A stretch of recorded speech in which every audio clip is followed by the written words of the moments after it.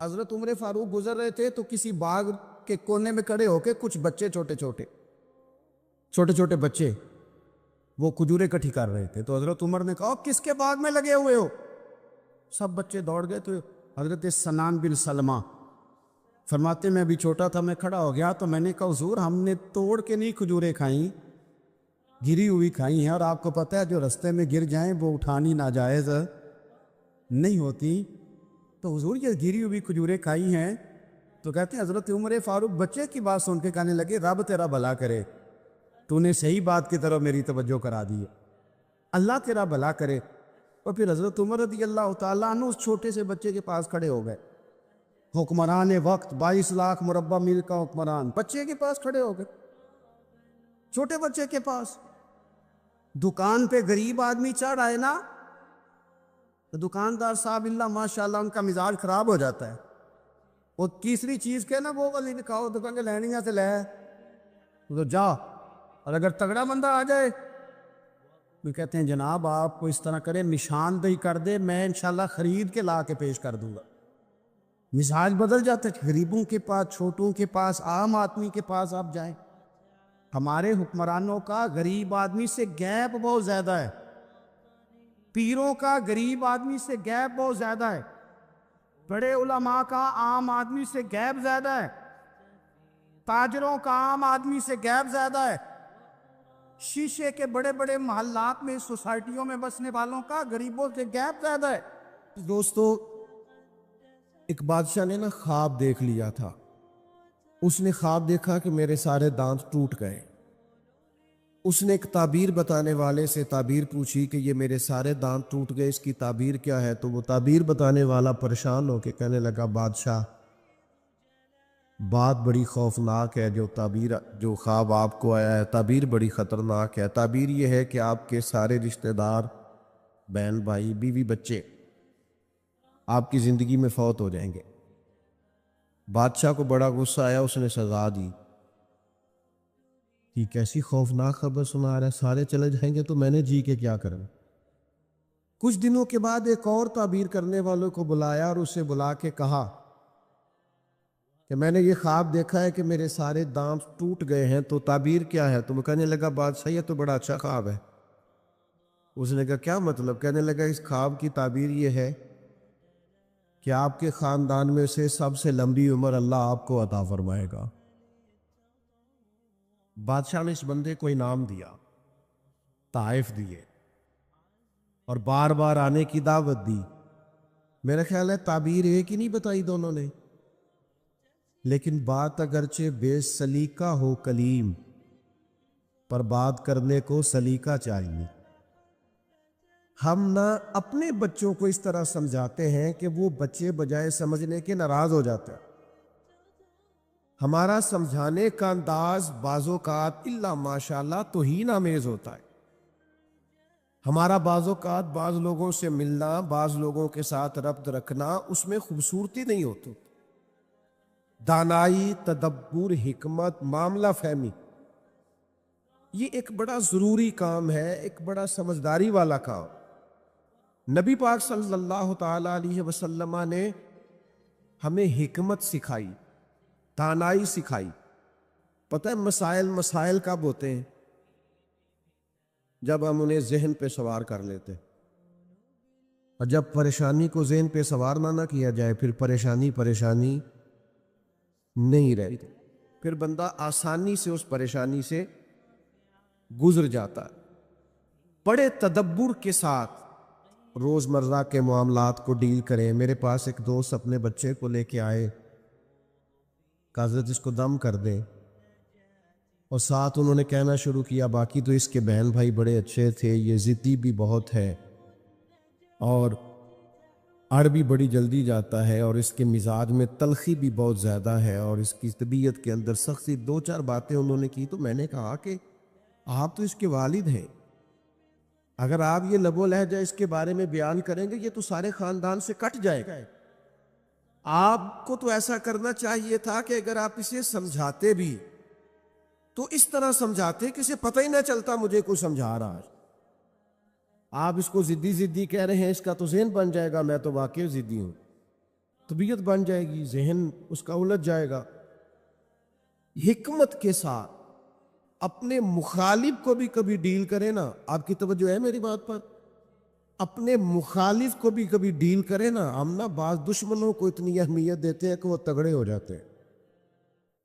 کچھ دشمن ایسے ہوتے ہیں جن کے بارے میں قرآن کا حکم یہ ہے کہ وَإِذَا خَاطَبَهُمُ الْجَاهِلُونَ قَالُوا سَلَامًا، جب تمہارا جاہلوں سے آمنا سامنا ہو تو تم نے کہنا ہے بھئی تمہیں سلام ہو۔ ہر آدمی سے الجھیں گے نہیں، ہر ایک سے بحث نہیں کریں، ہر ایک کے بارے میں یہ ذہن نہیں بنائیں گے کہ یہ بھی میرا دشمن ہے، یہ بھی میرا مخالف۔ اتنی جلدی اپنے ذہن کے اندر تناؤ نہیں پیدا کریں۔ ایک صحابی آئے حضور کی خدمت میں، مشکات شریف میں حدیث موجود ہے۔ عرض کیا یا رسول اللہ صلی اللہ تعالی علیہ وسلم، کفار آپ کا نام بگاڑ بگاڑ کے لینے لگے ہیں، معاذ اللہ ثم معاذ اللہ۔ وہ کہتے اگر ہم نے محمد مان لیا تو محمد کا معنی تو وہ ہے جس کی تعریف کی جائے بار بار۔ اب وہ نام بگاڑ بگاڑ کے معاذ اللہ آپ کو برا بھلا کہتے ہیں۔ تو وہ صحابی آئے تھے اور انہوں نے بڑی خوفناک طریقے سے بات سنائی، پر پتہ ہے حضور نے کیا فرمایا؟ فرمایا پتہ نہیں وہ کس کو گالیاں دے رہے ہیں، پتہ نہیں وہ کس کا نام بگاڑ رہے ہیں، مجھے تو اللہ نے محمد بنایا ہے۔ اپنے دشمن کو بھی آپ حکمت سے ڈیل کریں گے، آپ دیکھیں گے کہ آپ کو اس کو اتنا توانا نہیں کر دینا کہ وہ بعد میں زیادہ بڑا مسئلہ بن جائے۔ تو دھانائی، تدبر، حکمت، معاملہ فہمی، یعنی ایک شخص نے آ کے حضور کی بارگاہ میں عرض کیا میں اس شرط پہ کلمہ پڑھوں گا کہ میں نمازیں 2 پڑھوں گا۔ یہ صرف حضور کا اختیار ہے کہ نبی پاک کسی کو اجازت دے دے، ورنہ کسی اور کا اختیار نہیں ہے۔ میں فقط 2 نمازیں پڑھوں گا، اگر آپ اجازت دیتے ہیں تو میں کلمہ پڑھتا ہوں۔ اللہ کے حبیب نے فرمایا تو آ جا 2 ہی پڑھ لینا۔ شارحین حدیث نے لکھا ہے اس نے 2 نمازوں کی شرط پہ کلمہ پڑھا تھا، پھر وہ تہجد بھی پڑھا کرتا تھا۔ ہمارے ہاں نا لوگوں کو موقع ہی نہیں دیا جاتا مسجد آنے کا۔ یہ کبھی کبھی کچے نمازی آتے ہیں نا رمضان شریف میں، تو پکے نمازی انہیں گھورتے ہیں، کہتے ہیں تسی آ گئے ہو فصلی بٹیرے، اور بھئی ان بچوں کو آ تو لینے دو، اور دعا کرو یا اللہ مسجد آ گیا ہے، اب مہربانی فرما اس پہ رحمت کر، اسے پکا نمازی بنا۔ لیکن وہ دانائی، وہ خاص حکمت، وہ معاملہ فہمی، وہ حسن جو نبی پاک علیہ السلام نے ہمیں دیا ہے، ہمیں اس معاملہ فہمی کو سمجھنا چاہیے، ہمیں موقع دینا چاہیے۔ دیکھیے جب صلح حدیبیہ ہوئی نا تو بعض شرائط ایسی تھی جو بڑی مشکل تھی صحابہ کے لیے ماننا۔ مثلا ایک شرط یہ تھی صلح حدیبیہ جب حضور نے کفار مکہ کے ساتھ صلح کی تو اس میں ایک شرط یہ تھی کہ اگر کوئی مسلمان مکے سے مدینے آئے گا اپنے آقا کی اجازت کے بغیر تو مدینے میں اسے رکھا نہیں جائے گا، واپس کیا جائے۔ لیکن اگر کوئی مدینے سے مکہ جائے گا تو مکے والے واپس نہیں کریں گے، یعنی ہم بندہ واپس کریں گے، وہ وہاں بندہ رکھ سکتے ہیں، لیکن ہمارا اپنا بھی آئے تو ہم اسے پناہ نہیں دیں گے۔ اب یہ شرط بڑی عجیب تھی کہ حضرت عمر رضی اللہ تعالیٰ عنہ پریشان ہو گئے، بخاری شریف میں موجود ہے، اور جا کے عرض کی یا رسول اللہ صلی اللہ تعالیٰ علیہ وسلم، آپ بھی سچے ہیں، قرآن بھی سچا ہے، اسلام بھی سچا ہے، پھر ہم دب کے صلح کیوں کریں؟ تو نبی کریم نے فرمایا عمر میں اللہ کا رسول ہوں، میں وہی کہتا ہوں جو میرا رب حکم ارشاد فرماتا۔ فرماتے میں جناب صدیق اکبر کے پاس بھی گیا کہ یہ عجیب بات ہے کہ وہ بندہ واپس نہیں کریں گے، ہمیں واپس کرنا پڑے گا، تو یہ ہم دب کے صلح کیوں کریں جب قرآن سچا، اسلام سچا، نبی کریم سچے؟ تو حضرت ابو بکر صدیق کے ایمان پہ قربان جائے، انہوں نے بھی وہی لفظ دہرائے، کہنے لگے عمر وہ اللہ کے رسول ہیں، وہ جو بات بھی کرتے ہیں رب کریم کے حکم سے کرتے، لہذا انہوں نے جو کر دیا ٹھیک ہے۔ اب یہ وہ بظاہر شرط تھی جس سے لگ رہا تھا کہ مسلمان دب کے صلح کر رہے، لیکن آپ کو پتہ سب سے زیادہ فائدہ اسلام کو اس شرط نے دیا. وہ جو مجاہدین اسلام مکہ مکرمہ سے ہجرت کر کے مدینہ طیبہ آتے، انہیں پتہ تھا کہ حضور علیہ السلام ہمیں نہیں رکھیں گے.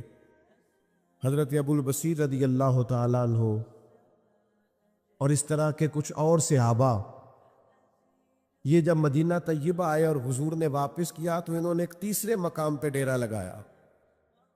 وہاں سارے مجاہدین آہستہ آہستہ اکٹھے ہونے لگے. اس کا نتیجہ یہ نکلا کہ کافر جب بھی وہاں سے گزرتے انہیں تکلیف کا سامنا کرنا پڑتا، تو جس شرط پر وہ بڑے ڈٹے ہوئے تھے نا کہ ہم نے منوا لیا ہے، سب سے پہلے کفار مکہ اکٹھے ہو کے آئے کہ مہربانی کرے اس شرط کو تو ختم کرے. آپ اپنے لوگوں کو بلائے مدینہ منورہ.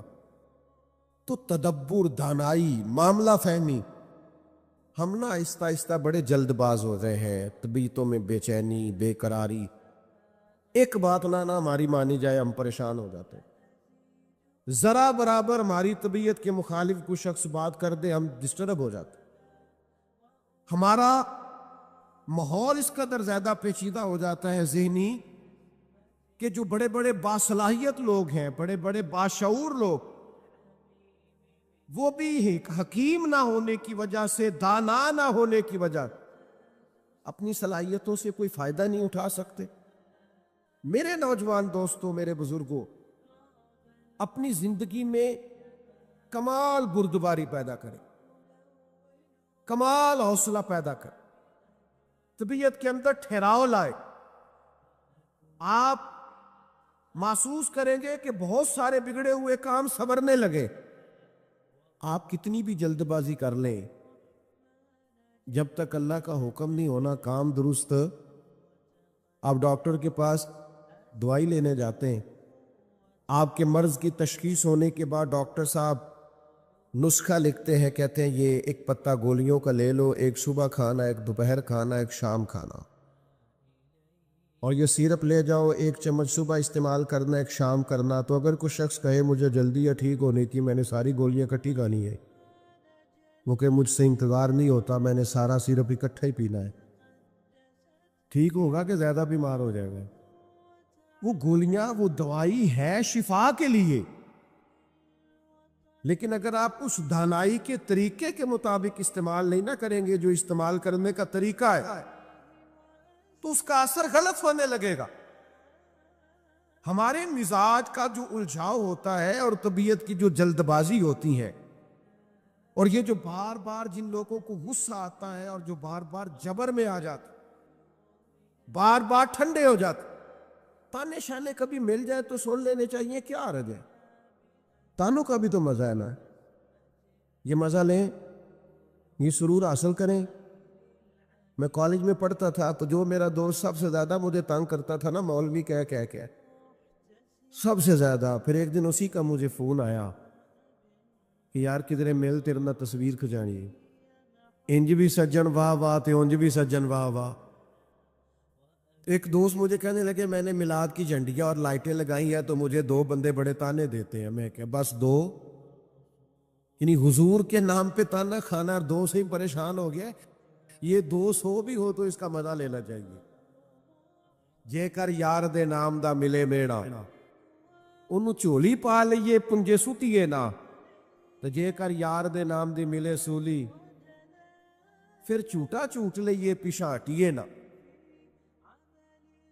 اگر کبھی یہ تانا ملتا ہے تو اس کا مزہ لیں. آپ اس خوبصورتی کو انجوائے کریں. لیکن آپ پریشان ہو گئے ہو فلانے نے 2 باتیں کر دی تو اچھا کیا نہ کر دی، اچھا کیا نہ کر دی، آپ کو سنبھلنے کا موقع ملے گا. وہ جی سارے میرا ساتھ چھوڑ گئے تو ٹھیک کیا سب نے. آپ مضبوط ہو جائیں گے جب سارے ساتھ چھوڑ جائیں گے. جب سارے ہٹ جاتے ہیں تو انسان کو سنبھلنے کا موقع ملتا ہے. جب تک ہم دانائی کے ساتھ، حکمت کے ساتھ معاملات کو نہیں لے کے چلیں گے، آپ اپنے بچوں کی پرورش کریں تو وہ طریقہ جو حضور نے ہمیں حکمت سکھائی، آپ اپنے بزرگوں کی خدمت کریں تو وہ طریقہ جو نبی پاک نے ہمیں سکھایا، آپ رشتہ داروں کے ساتھ لین دین کریں، معاملہ کریں، تجارت کریں تو وہ طریقہ اختیار کریں جو حضور نے ہمیں سکھایا. آپ اپنی طبیعت کے اندر ایک عجیب سا سکون محسوس کریں، فیصلے اس طرح کے کریں کہ تھوڑا سوچ سمجھ کر، جذباتی فیصلے کبھی نہ کریں۔ میں محبوب ان سے فرما دے اگر رب سے محبت کرنا چاہتے ہیں تو آپ کی غلامی کریں، ملے گا کیا؟ اللہ خود ان سے محبت فرمائے گا، خود ان سے محبت۔ صحابہ کرام کے اندر نا حضور سے پیار کا جذبہ بھی والہانہ تھا، والہانہ۔ نبی کریم، وہ آج کل کچھ لوگوں کو یہ بھی غلط فہمی ہوتی ہے نا جی، مروج دکھائیں اس کا حکم ہے، حکم ہے، یہ بھائی نہیں، آپ یہ بتائیں تو میں کہتا ہوں حضور نے حکم دیا تھا کسی صحابی کو کہ میں کلی کروں تو میرے منہ سے نکلا پانی چہرے پہ مل لینا؟ حکمن کہا تھا کسی کو کہ میرے ناک سے بلغم نکلے تو چہرے پہ مل لینے؟ کہا تھا، لیکن وہ ملتے تھے کہ نہیں ملتے تھے؟ والہانہ پن تھا، حضور کے ساتھ پیار تھا، والہانہ شوق تھا، لیکن جس طرح پیار والہانہ کرتے تھے نا، والہانہ، اس طرح بات بھی والہانہ ہی مانتے تھے، بات بھی، پیار ہم بھی والہانہ کرتے۔ ہمارے ہاں کہتے ہیں نعرہ لگاؤ، پھر زور سے لگاؤ، پھر دونوں ہاتھ کھڑے کر کے لگاؤ، پھر جناب اس طرح کر کے لگاؤ، یہ ساری باتیں ٹھیک ہیں، یہ والہانہ پن ہے، اچھی بات ہے، لیکن یہ بھی تو بتائیں کہ حضور کی بات بھی والہانہ مانتے ہیں؟ ہمارے ہاں لیت و لالا ہے، گنجائش ہے، دیکھ لیں گے، کر لیں گے، شریعت کی رخصت پر عمل ہے، یہاں گنجائش مل گئی تو لے لو، یہاں مل گئی تو لے لو۔ صحابہ تو بات بھی والہانہ مانتے تھے۔ حضور جمعے کا خطبہ دے رہے ہیں، ایک شخص اٹھ کے کھڑے ہو گئے، اللہ کے محبوب نے فرمایا بیٹھ جاؤ۔ ایک صحابی اس کونے میں تھے ابھی مسجد کے قریب، ان کے کان میں آواز گئی بیٹھ جاؤ، وہ وہیں بیٹھ گئے۔ ایک اس کونے میں تھے، ہمیں واضح احکامات دین کے مل جائیں تو اس میں بھی گنجائش ڈھونڈتے، اس کونے میں تھے، کانوں میں آواز گئی بیٹھ جاؤ تو وہ وہیں بیٹھ گئے۔ اس کونے میں تھے ایک، ان کے کان میں آواز گئی وہیں بیٹھ گئے۔ اللہ کرے کہ آپ موبائل تھوڑے کم چلائیں اور میری بات زیادہ سنیں، دعا کیے آمین تو کہہ دیں نا، چلو دعا میں تو شامل ہو جائیں نا، اللہ تعالیٰ دعائیں تو کرنی چاہیے نا، اللہ قبول فرماتا ہے اپنے بندوں کی دعا۔ دوست، واضح حکم ملنے کے باوجود بھی لوگ، واضح احکامات کے باوجود بھی اس میں لوگ گفتگو کرتے ہیں، کل پرسوں ترسوں کا نام لیتے ہیں۔ حضور نے مطلق کا نام نہیں لیا، جس کے کان میں آواز گئی وہیں بیٹھ گیا۔ یہ وہ نظارے ہیں جو زمین نے دیکھے ہیں، آسمان نے دیکھے ہیں۔ اتنی وارفتگی حکم ماننے میں، اتنی وارفتگی، بیٹھ گئے۔ تکمیل جمعہ پر محبوب نے فرمایا آپ کہاں تھے؟ یا رسول اللہ صلی اللہ تعالی علیہ وسلم، وہ آپ کا حکم آیا تو میں اسی کونے میں بیٹھ گیا تھا۔ آپ کہاں تھے؟ حضور حکم ملا تو اس کونے میں بیٹھ گیا۔ آپ کہاں تھے؟ حضور حکم ملا تو میں اس کونے میں بیٹھ گیا۔ تو کریم فرمانے لگے نہ آپ سے کہا تھا، نہ آپ سے کہا تھا، نہ آپ سے کہا تھا، میں نے تو ان سے کہا تھا۔ کہ یا رسول اللہ آپ نے نام تو نہیں نہ لیا، سانو تے قید سجن دا گہنا ہے، او جینج رکھے اونج رہنا ہے۔ یا رسول اللہ آپ نے نام نہیں نہ لیا، حکم مل گیا بیٹھ جاؤ تو لہذا بیٹھ جاؤ۔ بات ماننا ہمارے ہاں نا آج کل پیری مریدی بھی اسی کا نام ہے، نذرانہ بھی وقت پہ دو، دعوت بھی مرید کرتے ہیں جتنی مرضی آپ کو، روز کہو تو روز کھانا کھلاتے ہیں۔ آپ ان سے کہو کہ جناب میں آ رہا ہوں تو وہ تیار ہیں، پھول بھی لے کے کھڑے ہیں، لیکن اگر ان سے کہو بات مانو پھر وہ کہیں تسی دعا کرو، ہے نا جی، نماز پڑھا کرو کہتے دعا کرو۔ کمال ہو گئی ہے بھائی، آپ باقی سارے معاملات کے لیے آپ پورے تیار ہیں، اور یہ جو فرما برداری ہے، یہ جو بات ماننا ہے وہ کس نے ماننی ہے؟ وہ جس پر آپ کے شیخ نے، مرشد نے گھنٹوں تقریریں کی، وہ باتیں کس نے ماننی؟ کسی اور نے؟ کیا مانا ہے اس بات کا؟ کوئی گورکھ دھندا ہے؟ کیا آپ نعرے لگائیں، دعوی محبت کریں، اور جو ان کا اصل کام ہے، دیکھو وفادار وہ ہوتا ہے جو مشن کا ساتھی ہو، جو مشن کا ساتھی نہ ہو وہ ٹھیک ہے۔ پھر میرے ایک سنگی ہیں، مجھے ایک دن بڑی محبت سے کہنے لگے کہ جناب کھانا نہیں کھاتے آپ ہمارے گھر، کھانا ضرور کھائیں، ایک دن ضرور آ گئے۔ میں انہوں آکھے یار توں آنا میرے نال رل کے 4 دن کو دین دا کام کرا.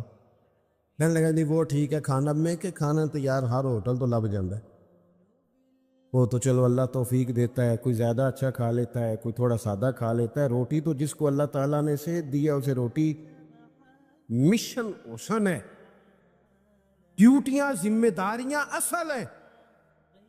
اور کھانے یہاں کوئی من پسند کھانے دنیا میں آئے ہم, من پسند چیزیں تو جنت میں ملیں گی, اور وہ ملیں گی اور مزہ آئے گا. ہمارے بزرگ تو فرمایا کرتے تھے زمین کے اوپر کام, نیچے جا کے آرام. یہاں کوئی کام کرے, کوئی ڈیوٹی کرے, کسی ذمہ داری کا اظہار کرے, وہ خدمت سر انجام دے, وہ خاص سطحی چیزیں اس سے باہر نکلیں. نبی کریم کی بات مانے والہانہ انداز میں, والہانہ. حضور علیہ السلام نے جس مشن کے لیے پتھر کھائے, جس مشن کے لیے حضور طائف گئے, جس مشن کے لیے حضور نے ہر دشمن کو معاف کر دیا کہ لوگ مسلمان ہو جائیں, دیندار ہو جائیں, امت اس مشن کے لیے کیا کام کرتی ہے, کیا ڈیوٹی کرتی ہے؟ کبھی دل میں تکلیف ہوئی ہے کہ آپ تجربہ کر لیں, سارے لوگ عید کی نماز پڑھنے بھی نہیں آتے, اس لیے کہ کچھ ایسے ہوتے ہیں جن کی ساری رات دکان کھلی رہتی ہے اور سویرے سو رہے ہوتے ہیں. کچھ کہتے ہیں میں نے وعدے کیے ہوئے ہیں وہ میں نے پورے کرنے ہیں. عید کی نماز بھی سارے پڑھنے, لیکن رش اتنا ہوتا ہے کہ مسجدیں چھوٹی پڑ جاتی ہیں. اس کا مطلب یہ ہے اگر ساری مسلمان امت نمازی ہو جائے تو نئی مسجدیں بنانی پڑے, لیکن آپ باقی سارے کام کرا لیں شوق سے کر دیں گے. بھئی سجدے کا بھی ذوق پیدا کرو, حضور کی فرما برداری اصل ہے. تیسرا مقام قرآن پاک کا, قرآن مجید نے کہا کما ارسلنا فیکم رسولا منکم یتلو علیکم آیاتنا, جیسا کہ ہم نے تمہیں میں سے تمہیں ایک رسول دیے ہیں جو تم پر ہماری آیتیں پڑھیں گے, وَيُزَكِّيكُمْ, اور تمہارا تزکیہ کر دیں گے, تمہیں پاک صاف کر دیں گے. نبی پاک کی تعلیمات یہ ہیں کہ تو ظاہری طور پر بھی بڑا صاف ستھرا ہو. حضور نفاست کو پسند کرتے, صفائی کو محبوب رکھتے, خوشبو کا استعمال کرتے, مسواک کو محبت سے استعمال کرتے, ظاہری صفائی بھی. اور ترمذی میں موجود ہے, حضور نے فرمایا اے انس بن مالک میرے بیٹے, ہو سکے تو صبح اس حال میں کرنا کہ تمہارے سینے میں پتہ ہے یہ میری سنت ہے, اور جس نے میری سنت سے محبت کی اسی نے مجھ سے محبت کی. نرے دانت صاف کرنا ہی سنت نہیں, دل صاف کرنا بھی سنت ہے. باطن بھی صاف ہونا چاہیے, انسان کے اندر سے ساری بیماریاں نکل جائیں. عزیز دوست, تزکیہ ہو, حسد سے خالی ہو سینہ, بغض سے خالی ہو. یہ جو روحوں پر بوجھ ہوتا ہے یہ حسد کا ہوتا ہے, یہ باطن پر دھبا ہوتا ہے یہ عداوت کا ہوتا ہے. یہ کچھ چیزیں جو ہمیں بالکل بے قرار کر دیتی ہیں یہ تکبر کا روگ ہوتا ہے. یہ عجب خود پسندی یہ اندر انسان کے جوار بھاٹا پیدا کر دیتی ہے. اگر بندہ ہو جائے سادہ, حضرت باجید بستامی رحمۃ اللہ علیہ کھڑے تھے تو ایک شخص نے آپ سے پوچھا حضرت خواجہ پیر باجید بستامی سے ملنا ہے. آپ فرمانے لگے یہ جو بندہ جس کا تم نے ابھی نام لیا ہے نا, اس کو ڈھونڈتے مجھے 30 سال ہو گئے, مجھے نہیں ملا. 30 سال. یہاں بیچارے نقیب ان کی کلاس لگ جاتی ہے اگر وہ لقب تھوڑے بیان کریں تو لسٹوں میں لکھ کے دیے جاتے ہیں, یہ نام نہیں لیا, یہ نام نہیں لیا, فلانے چودھری کا نام رہ گیا, فلانے کا رہ گیا, فلانے کا. وہ چھوڑ دیں بھائی, یہ تو حضور کی تعریف کی محفل ہے, اس میں باقیوں کی تعریفیں کدھر سے آ گئی, کدھر سے آ گئی؟ یہ تو نبی پاک علیہ الصلوۃ والسلام کے ذکر پاک کی مجلس ہے. دوستو آپ غور کریں گے اور چیزوں کو سمجھیں گے. خواجہ باجید بستامی سے اس نے کہا میں نے ملنا ہے, فرمانے لگے 30 سال سے ڈھونڈ رہا ہوں, ملا نہیں. وہ سائڈ پہ جا کے ایک بندے سے کہنے لگا میں نے حضرت خواجہ پیر شیخ باجید بستامی سے ملنا ہے. کہنے لگے ابھی تو وہاں کھڑے تھے تمہارے پاس. کہنے لگا میں نے تو پوچھا ہے. کہنے لگے اصل میں یہ جو تم نے لائن لگائی ہے نا القابات کی, یہ وہ مانتے نہیں اپنے آپ, نہ حضرت نہ خواجہ نہ پیر نہ صوفی, وہ تو نیرا با یزید کہتے ہیں اور اس میں بھی کئی دفعہ روتے ہیں رب کی بارگاہ میں. تو یہ جو القابات تم نے لگائے ہیں نا، ہمارا تو جناب بڑا عجیب منظر ہے. تو تزکیہ کے لیے حضور آئے. پھر فرمایا وَيُعَلِّمُكُمُ الْكِتَابَ وَالْحِکْمَةَ، حضور تمہیں کتاب سکھائیں گے، حکمت سکھائیں گے. حضور قرآن سکھانے آئے. نبی کریم کیا سکھانے آئے؟ آپ بنے انجینئر شوق سے، آپ لیکچرار بنے شوق سے بنے، لیکن ساتھ قرآن پاک کے قاری بھی تو بنے نا، قرآن پاک کو سمجھنے والے بھی تو بنے نا. جس بندے کو اتنی کہانیاں آتی ہیں، جسے اپنے شجرے آتے ہیں، جسے اپنی برادری کی شان آتی ہے، اسے قرآن کی آیتیں کیوں نہیں آتی؟ جسے ساری پنچایت میں ساری بات سنانی آتی ہے، اسے قرآن مجید بھی آ سکتا ہے. شرط یہ ہے کہ وہ آگے بڑھے، قرآن پاک کو سیکھے. ہم نا کچھ کام ہم نے بچوں کے ذمہ، میرے پاس ایک صاحب بچہ لے کے آگے کہنے لگے دعا کریں یہ پڑھ جائے. تو میں نے کہا آپ بھی کچھ 100 سال کے نہیں ہو گئے، میں دعا کرتا ہوں آپ دونوں ہی پڑھ جائیں. آپ بھی تو پڑھ ہی سکتے ہیں نا، آپ بھی تو توجہ کریں نا. ہم نا جناب وہ بعض لوگوں کا عجیب زاویہ نگاہ بن جاتا ہے، او بھائی آپ بھی پڑھ سکتے ہیں، آپ کیوں نہیں پڑھ رہے؟ او جی میری اب زبان موٹی ہو گئی ہے. تو میں نے کہا یہ کل آیا ہے واٹس ایپ، سب نے سیکھ لیا ہے. یہ کل آیا، ای میل کرنا بھی آ گیا لوگوں کو، اور کمنٹس دیکھنا بھی آ گیا. اور بڑے بڑے لوگ جن کو نہیں بھی توجہ جن کی ہونی چاہیے تھی، ان کی بھی توجہ. یعنی میں تھوڑا مصروف زیادہ رہتا ہوں، اور اب تو کچھ طبیعت بھی ٹھیک نہیں رہتی. دعا فرمائے اللہ تعالیٰ کچھ کام لے لے. وہ کوئی دوست پوچھتا ہے کہ آج کل کیا کر رہے ہیں، تو میں کہنا کچھ بھی نہیں، بس ہڈیاں آنیاں جانیاں دیکھو، ادھر آ رہے ہیں اور ادھر جا رہے ہیں، میں یہی کام کر رہے ہیں. اس کے باوجود لوگ ناراض ہیں. یعنی مسئلے دو ہی تھے، عمر بھر حل نہ ہوئے. ایک نیند پوری نہ ہوئی اور دوسرا خواب مکمل نہ ہوئے.